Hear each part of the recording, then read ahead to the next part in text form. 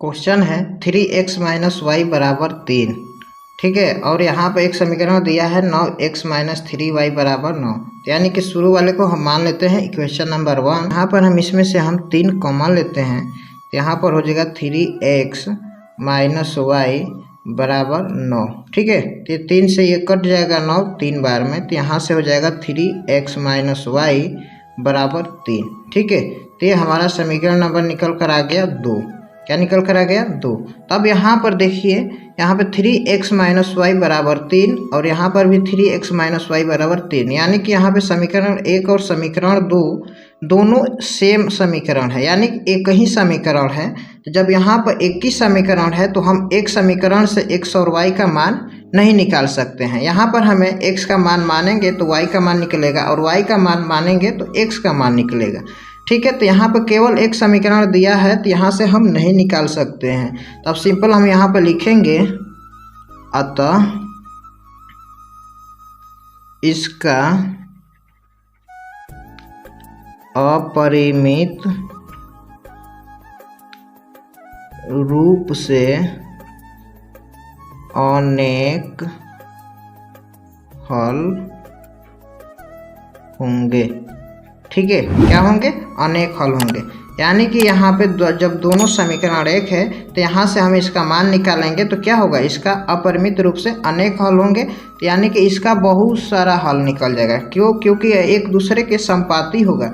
एक फार्मूला होता है जैसा कि आप जानते हैं, तो यानी कि a1 बाई a2 बराबर b1 बाई b2 बराबर c1 बाई c2। यानी कि इसी रूप में आएगा, यहाँ पर लेंगे इसका मान तो। ठीक है, यानी कि इस रूप में आएगा। तो जब इस स्थिति में जब होता है समीकरण तो क्या होता है? एक दूसरे का संपाती होता है। संपाती का मतलब मान लीजिए कोई एक रेखा है, तो संपाती जब होगा तो ये रेखा इसी रेखा पर होते हुए चली जाएगी। ठीक है, तो जब यहाँ पर जाएगी चल के तो यहाँ पे बहुत सारे यहाँ पे हल होगा, यानी कि अपरिमित रूप से अनेक, जिसे हम गिन नहीं सकते हैं।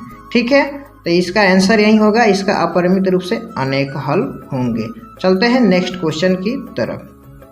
अगला क्वेश्चन दिया है 0.2x प्लस 0.3y बराबर 1.3। ठीक है, और दूसरा समीकरण दिया है आपका, यहाँ पे लिख देते हैं 0.4x प्लस 0.5y बराबर 2.3। ठीक है, अभी हम पहला दूसरा इसे समीकरण नहीं मानेंगे, अभी हम लिखेंगे इसे। ठीक है, तो ध्यान से देखिए, यहाँ पे दशमलव में है, इस दशमलव को पहले हटाएंगे। दशमलव को हटा देंगे तो चीज़ें एकदम आसान हो जाएगी बनाने में आपके लिए। ठीक है, तब यहाँ पे देखिए, यहाँ पे क्या लिखेंगे 2, और दशमलव के लिए हम नीचे में क्या लिखेंगे 10 लिखेंगे। क्यों? क्योंकि दशमलव के लिए 1 और उसके आगे 1 अंक है तो 1 शून्य देंगे। ठीक है, और यहाँ पर x है तो x लिखेंगे, प्लस इसी तरह सेम यहाँ पर भी लिखेंगे दशमलव के लिए 10 नीचे में। ठीक है, बराबर यहाँ पे हो जाएगा 13, दशमलव के लिए हम देंगे 10। ठीक है, अब इसे हम सॉल्व करेंगे, इसका एलसीएम लेंगे तो यहाँ पे क्या होगा 10 होगा। 10 से 10 एक बार में कट जाएगा, तो यहाँ पे क्या बचेगा 2x प्लस 10 कट जाएगा एक बार में, एक में 3y से गुणा करेंगे तो होगा 3y। ठीक है, 3y बराबर यहाँ पर क्या है 13/10। अब देखिए यहाँ से ये 10 कैंसिल हो जाएगा, तो क्या बचेगा यहाँ पर 2x प्लस 3y बराबर 13। तो यहाँ से हमारा ये इक्वेशन नंबर 1 निकल गया। ठीक है, अब चलते हैं दूसरा समीकरण की तरफ। ध्यान से देखिएगा, सेम इसे भी उसी तरह करेंगे। ठीक है, यहाँ पर लिखेंगे 4/10x प्लस 5/10y बराबर 23/10। किस लिए 10 लिखे? दशमलव के लिए। ठीक है, अब इसका हम एलसीएम लेंगे तो ये होगा 10, तो 10 कट जाएगा, एक बचे, एक में 4x से गुणा करेंगे, 4x प्लस 10 से 10 एक बार में कट जाएगा, एक में 5y से गुणा करेंगे तो होगा 5y बराबर 23/10। ठीक है, तब देखिए 10 से 10 कैंसिल हो जाएगा, तो क्या यहाँ पे निकल कर आया 4x प्लस 5y बराबर 23। ये इक्वेशन नंबर हमारा निकल कर आ गया 2। क्या निकल कर आ गया 2। ठीक है, तो जब ये 2 निकल कर आ गया, तब देखिए आगे का प्रोसेस जैसे हमने प्रश्न संख्या 1 और 2 में किया था, सेम उसी तरह इसे भी करेंगे। ठीक है, तब लिखेंगे, प्रतिस्थापन विधि से हम लोग सॉल्व कर रहे हैं। ठीक है, लिखेंगे समीकरण 1 से। तो समीकरण 1 क्या है यहाँ पर 2x + 3y = 13। ठीक है, तब देखिए यहाँ पर 2x = 13। अब ये वाला भाग जो इधर प्लस में तो इधर पक्षांतर करेंगे तो क्या होगा, माइनस में हो जाएगा। अब हम x का वैल्यू निकालेंगे यहाँ से, तो ये हो जाएगा 13 - 3y, और ये 2 इधर गुणा में है तो इधर जाकर क्या हो जाएगा, भाग में हो जाएगा। ठीक है, ये हमारा इक्वेशन नंबर निकल कर आ गया 3। क्या निकल कर आ गया, समीकरण नंबर 3 निकल कर आ गया। तब सिंपली अब देखिए 3 वाला मान हम किस में रखेंगे, समीकरण 2 में रखेंगे। तो हम यहाँ पर लिखते हैं समीकरण 2 में समीकरण 3 का मान रखने पर।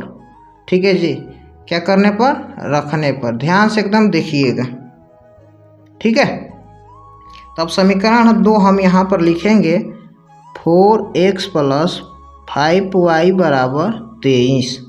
ठीक है, अब देखिए यहाँ पे 4 गुणे x का मान क्या है, यहाँ पे समीकरण 3 में x का मान है 13 - 3y/2।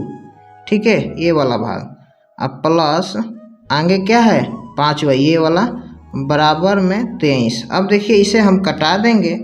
तब यहाँ पर देखिए हमने 2 से गुणा किया 13 में, तो यहाँ पर आ गया 26 माइनस, अब 2 में 3y से गुणा किया 6y + y, यहाँ पे 0 का 0 = 23। ठीक है, तब यहाँ पे क्या करने वाले हैं, -6y और 5y, माइनस प्लस माइनस यानी कि साइन क्या होगा, माइनस का। 6y में से 5y घटाएंगे तो y हो जाएगा, बराबर यहाँ पर 23 है, और ये इधर प्लस का 26 से पक्षांतर करेंगे तो क्या होगा, माइनस का 26 हो जाएगा। तब यहाँ से निकल कर आएगा -y बराबर, अब 23 में से -26 करेंगे तो ये क्या हो जाएगा, माइनस का 3, तो माइनस माइनस हो जाएगा प्लस। ठीक है, तो माइनस माइनस प्लस होगा। तो अब यहाँ से y का मान निकल कर आ गया हमारा, कितना आ गया, y का मान 3 निकल कर आ गया। ठीक है, जब y का मान निकल कर आ गया 3, तब हम क्या करेंगे, अब y का मान जो है समीकरण 3 में रख देंगे। इसमें हम समीकरण 3 में y का मान रख देंगे तो x का भी मान निकल जाएगा। ठीक है, तब यहाँ पर सिंपली हम लिखेंगे समीकरण 3 में y का मान रखने पर। ठीक है जी, तब समीकरण 3 है क्या, समीकरण 3 है x = 13 - 3y/2। ठीक है, तो x = 13 - 3, y का मान क्या है, यहाँ पर देखिए 3 है, तो यहाँ पर हम रख देंगे 3/2। ठीक है, तो x बराबर हो जाएगा 13, ये माइनस का हो जाएगा 3 तिया 9/4। ठीक है, क्या हो जाएगा 9/4। तो यहाँ से x का वैल्यू निकलेगा 12 में से, सॉरी यहाँ पे 2 है, यहाँ पे गलती से लिखा गया है 4, यहाँ पे 2 है। ठीक है, तो यहाँ पर 13 में से 9 घटाएंगे क्या होगा, 4/2। यहाँ पर कटाएंगे तो ये हो जाएगा x = 2। क्या हो जाएगा, x = 2। ये इस क्वेश्चन का राइट आंसर। तो यहाँ पर देखिए y का मान आ गया 3 और x का मान क्या आया, 2। उम्मीद करते हैं कि ये सब क्वेश्चन आपको अच्छा से समझ में आया होगा। अगर नहीं भी समझ में आया तो वीडियो को 1 से 2 बार पॉज करके देखिए, फिर से ज़रूर समझ में आएगा। ठीक है, वीडियो अच्छा लगता है तो वीडियो को लाइक कीजिए, चैनल पर आप नए हैं तो चैनल को भी सब्सक्राइब कीजिए, और इस वीडियो को ज़्यादा से ज़्यादा अपने दोस्तों के ग्रुप में शेयर कीजिए। धन्यवाद।